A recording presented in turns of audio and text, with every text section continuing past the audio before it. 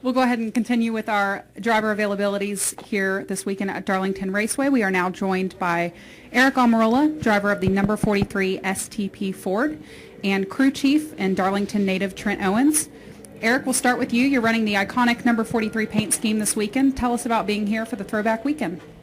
Well, it's always fun to come to Darlington first and foremost, but then to come here on Labor Day weekend, now that it's back to its roots and back to what everybody thinks about when they come to Darlington, it's just really cool. And the fact that all the race teams, well, not all of them, but 90% of the race teams have really gotten involved with the throwback scheme. The sponsors have gotten involved, the crew guys, the racetrack, obviously. So it's just a really fun weekend. It seems really cool, and it's really neat to walk through the garage area and to see the cars and to see the pit crew guys. And just it really makes you realize how far our sport has come, first and foremost, and then secondly, how just the appreciation of what all the teams and everybody has for the guys that came before us.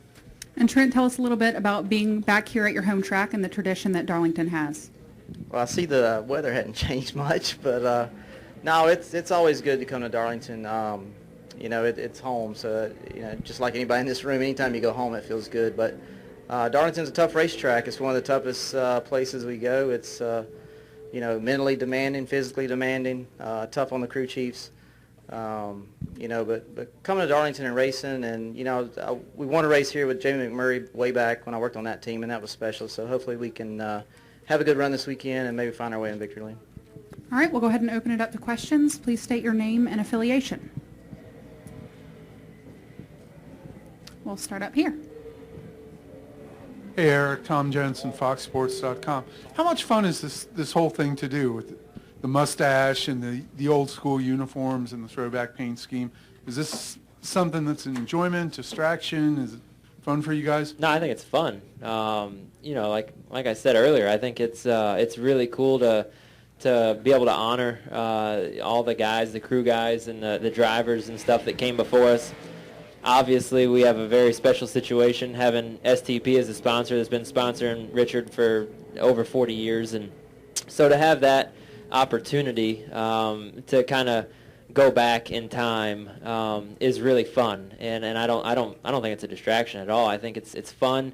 All the crew guys are enjoying it. I think it's exciting, and it gives everybody just a chance to break up the monotony, of showing up to the racetrack with kind of the same old thing every week. We'll go to Don and then Kenny. You'll have to take my word for it. I'm back here. I'm Don Coble with Morris News Service. Aric, you've got Richard's old mustache. Would you like to also find his old success here, especially with your position in the chase? From what I've heard, he didn't have that much success here. This is the one track that he didn't just show up to all the time and dominate. He ran good here, but he didn't have the success here that he had at a lot of the other racetracks. And Trent actually could probably shed more light on that because he used to come to all the races, especially in the summertime with the Kings. So, I think they ran a lot better at a lot of other tracks, obviously Martinsville and Rockingham and those kind of places. But yeah, I think he still ran top 5 even when he ran bad here. So I'd certainly take a top 5 out of here, and I'd love to go to Victory Lane. This is a really special place, and when you think of all the racetracks you want to win at, Daytona is obviously top of the list.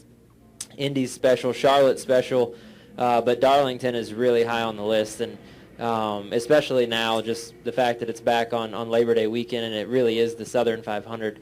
It'd be really cool, and then obviously Trent has a really special connection to this place, so it'd be really fun to get him to Victory Lane here. We'll go to Kenny Bruce.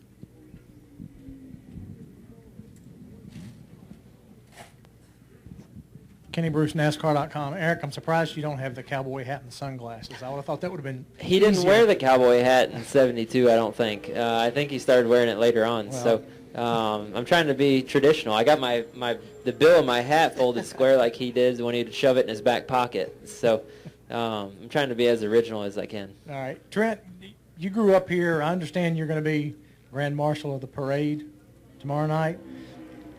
When did you realize the historical significance of this race on this weekend? I mean, I would imagine as a kid it really didn't dawn on you. No, it's it really just when we started coming back and they changed the date. I think, when they changed the date and I was involved in racing already, started crew chief in the Saturday series, which now is the Xfinity series.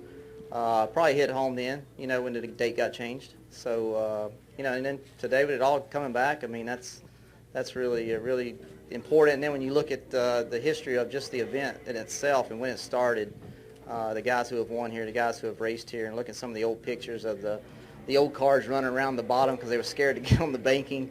You really start to see the tradition and the history, and it really is, one of the more important places and parts of this sport, the history of getting started. So, now that I'm older, it definitely means a lot. When I was a kid, I was more interested in playing in the infield than watching the race.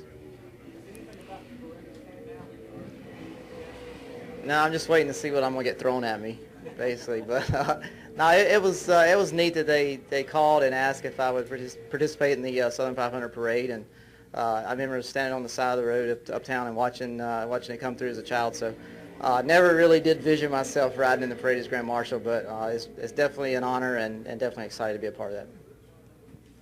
Any final questions for Aric? We'll go to Chris and then back to Dawn. Chris Knight, catchfence.com. Aric, was it too early to get a feel for the low downforce package in first practice? No, I thought I got a feel for it the first lap. I think the thing that the low downforce package does is it creates a lot more off throttle time, and as soon as you drive down in the corner for the first lap, you know, and we tested here a month ago, maybe a little more than that, maybe 6 weeks ago.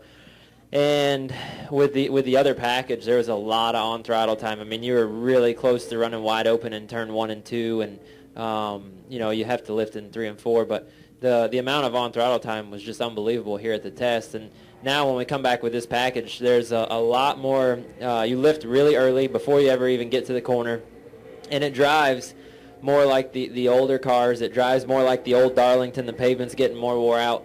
Goodyear brought a tire that seems to be falling off a lot more. So I'm really excited about the race and this aero package. In practice there, I ran around quite a few other cars, and the balance of the car doesn't really change that much when you're behind another car. So I'm happy about that. I mean, I think that's as a race car driver, that's what we want. We want to be able to have to lift off the gas, use the brake pedal, and actually drive the race cars and not just run wide open and steer it around the racetrack. And we don't want the car to drastically change balance when you catch another car. And I feel like that's what we have here, and it's very similar to what we had at Kentucky. Dawn?